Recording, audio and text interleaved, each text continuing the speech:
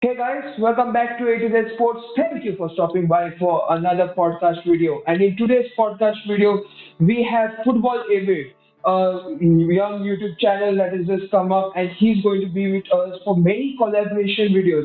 So, hello, Football Avid. Welcome to today's podcast. Thank you, Aurelio, for having me, and it's a great honor for me to be here.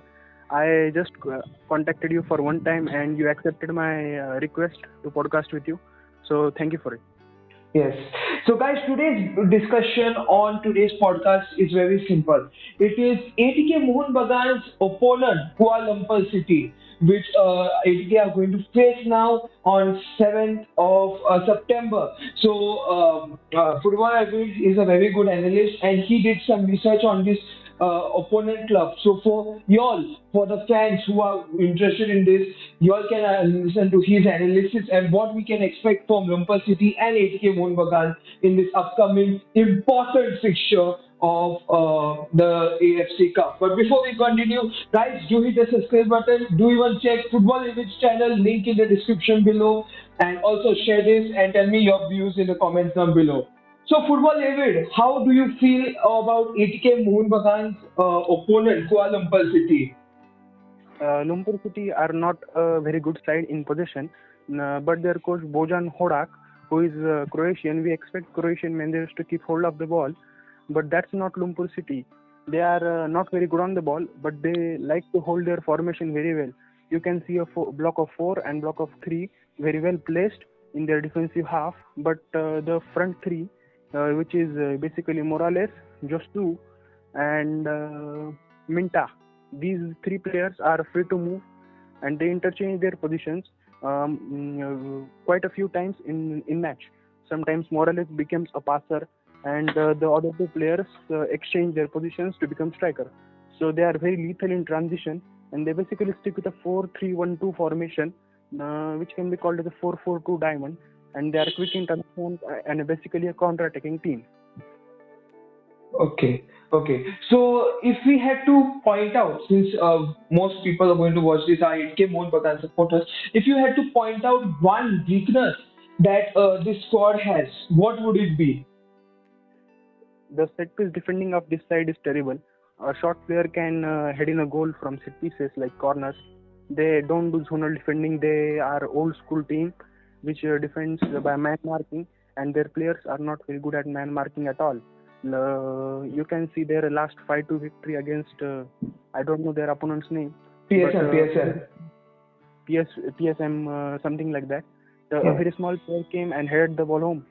So it's very poor set piece defending from my point of view. Okay. Okay, so they are very bad in the defending section. So definitely ATK Mohun Bagan should be able, considering they have good Indian players in front like Lisan, Manvir, Nasiri, Ashik. So according to you, what should ATK Mohun Bagan do? According to you, should they concentrate on the attack more or should they concentrate on their defense? Because the Kuala Lumpur defeated PCM 5-2, so they also score a lot of goals. So where should ATK Mohun Bagan focus more for the match? First of all, from that 5-2 result, we should not be scared of this side, because if we see their performance against Johor Abdul Tazum, they lost 5-0. 5-0 against a side which is competing in AFC Champions League, which is kind of a team like Mumbai City FC. So we should not be scared of this opponent. ATK Mohun Bagan should play like ATK Mohun Bagan. How they play, they keep hold of the ball, they exploit opponent in the wide areas, they try to pass through the lines, pass between the lines. That's all. That's all ATK Mohun Bagan needs to do. Don't do any silly things. Don't commit their fullbacks too much forward, because their fullbacks are not that energetic. On the left side, Subhashish Bose, he's not that energetic. He's defensive sound, but he can't run that much. Ashish Rai can run, but they need to be cautious while defending. They can't just put the bodies forward for the goal. Yeah. Okay. So that is the fullback position according to you, mate. So as we have seen in the Durand Cup. I am Yeah. talking about that position because their forwards make the runs between centre backs and fullbacks. If fullbacks are back, basically Mohun Bagan play with 3 at the back. Okay. Okay. Mohun Bagan play with 3 at the back, and if Mohun Bagan's fullbacks are slightly inward, tucked in, so their forwards will be always marked, and they will have no space to exploit, and ATK Mohun Bagan can have more hold of the ball. That's what I am trying to say. Okay, so it's like playing a five in a back with three centre backs and Yeah. left wing back and right No, wing no, no. back. I don't want them to play like that. They usually play like that. They play on the paper 4-2-3-1, but when they are in position, their recent match against Mumbai City, when they are in position, they switch to 3 on the back. One inward fullback, which provides extra man in midfield. That's what I'm telling. Okay, so if you do you believe if they use the same formation, it will be all right, or should they do some changes against Kuala Lumpur? They should stick with the same formation. As far as I know, Juan Fernando, he will not change according to opposition. We all know Spanish coaches, they like to hold the ball. We all know Sergio Oliveira. He never changed his philosophy, and Spanish coaches don't tend to change their philosophy. Even in Champions League, Juan Fernando, when manage FC Goa, he stick with the keeping the ball. They don't change their philosophy, and I don't think Juan Fernando will change anything. Yes. Okay. Okay. So that I believe, even I do believe that Joao Fernando will most likely play the same formation. Talking about foreign players, which team, according to you, which team has better foreign players? ATK Mohun Bagan or Kuala Lumpur? Kuala Lumpur in forward line has better foreign players than ATK Mohun Bagan. As Yeah, far as because ATK don't have a foreign striker or such.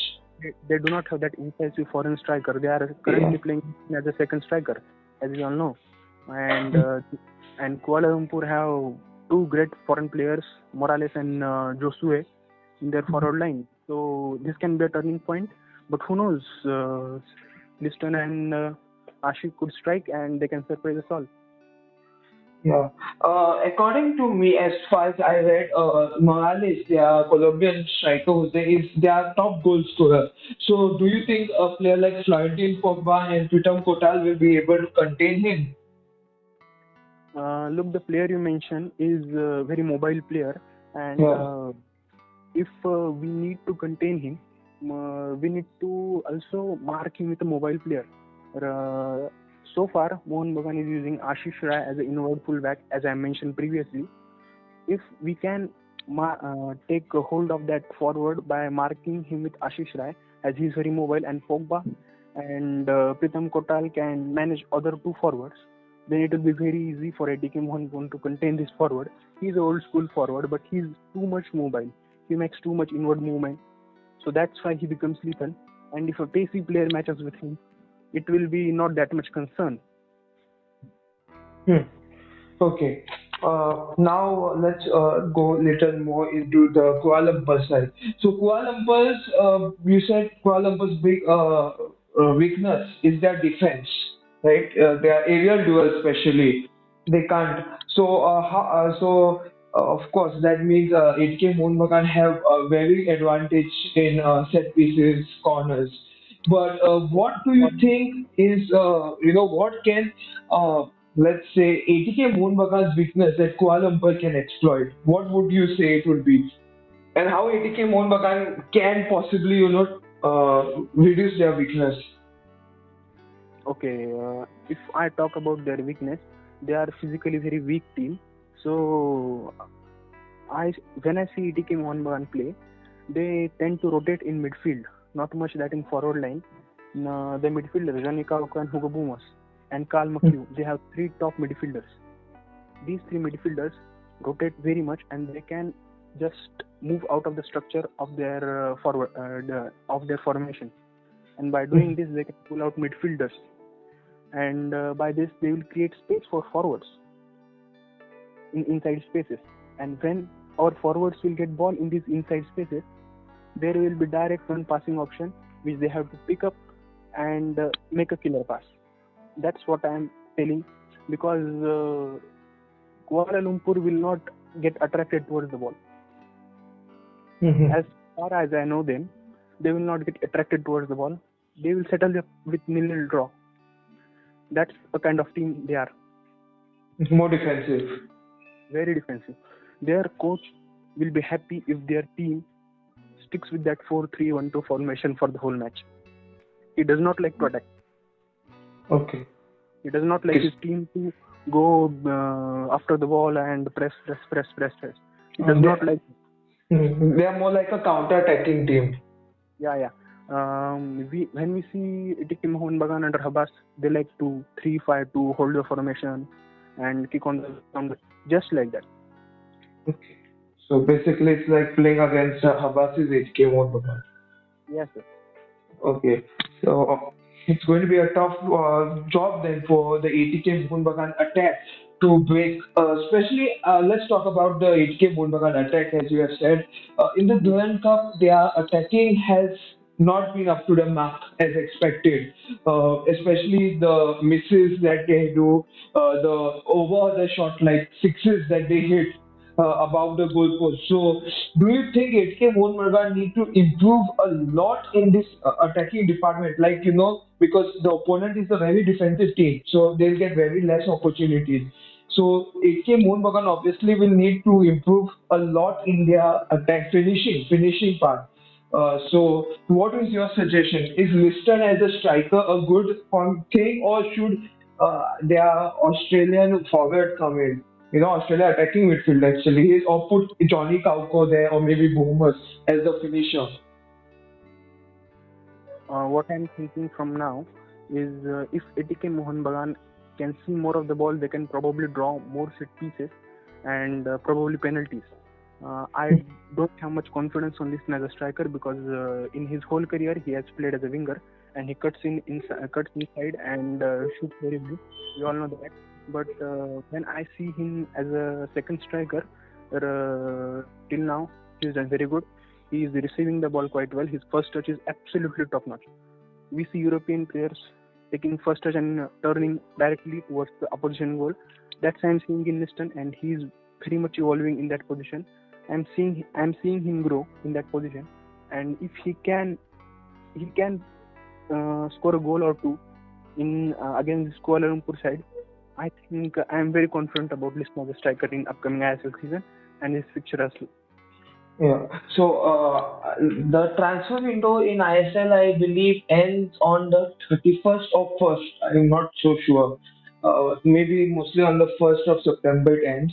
So just 1-2 days left. Do you think ATK Mohun Bagan should do any more signings, like in paid transfers or loan deals? Because after that they can't do anything. So should they do any transfers, according to you, or is their squad good enough? For Mohun Bagan fans, I want to suggest a transfer for ATK Mohun Bagan. A certain striker named Yannick Boli, who is in contact with Northeast United. You probably know that. Yeah.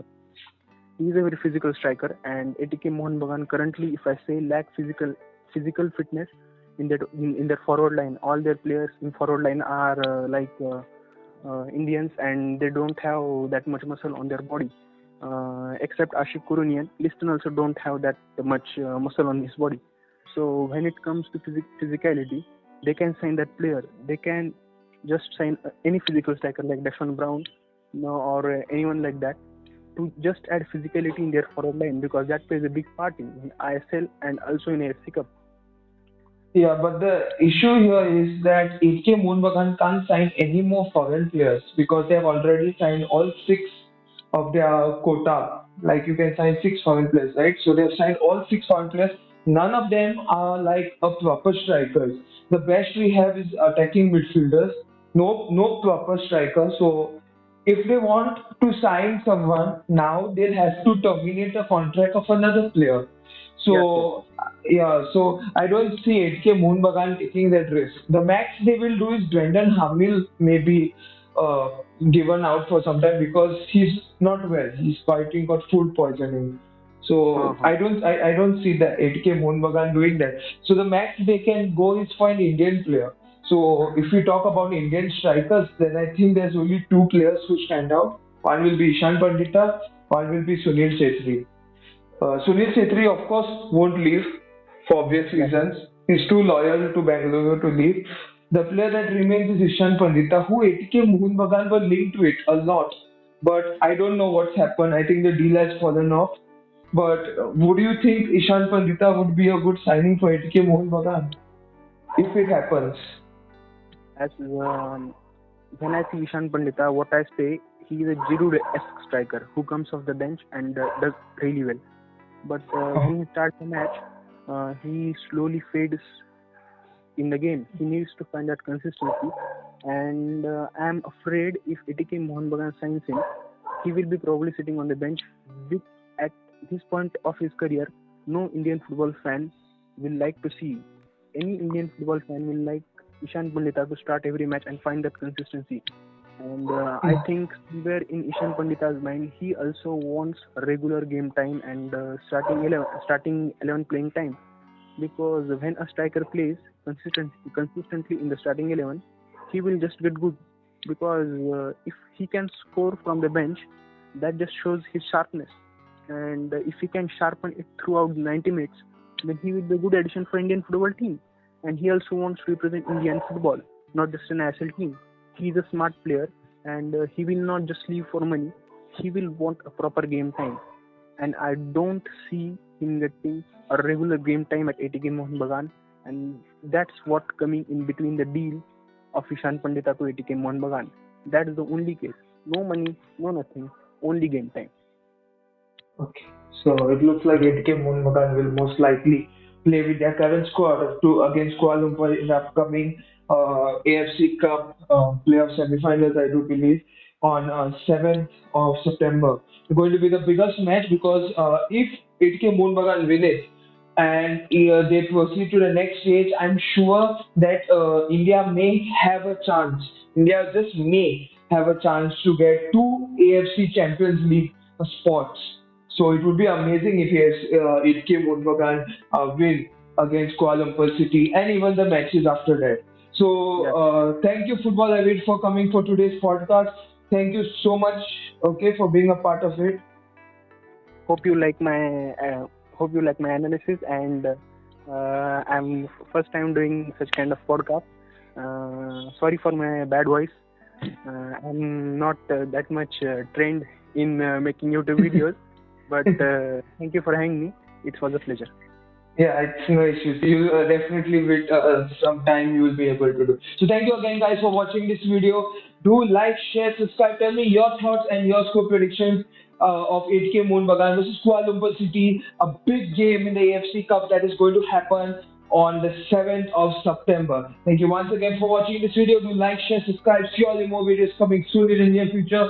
Goodbye. Take care. Stay safe.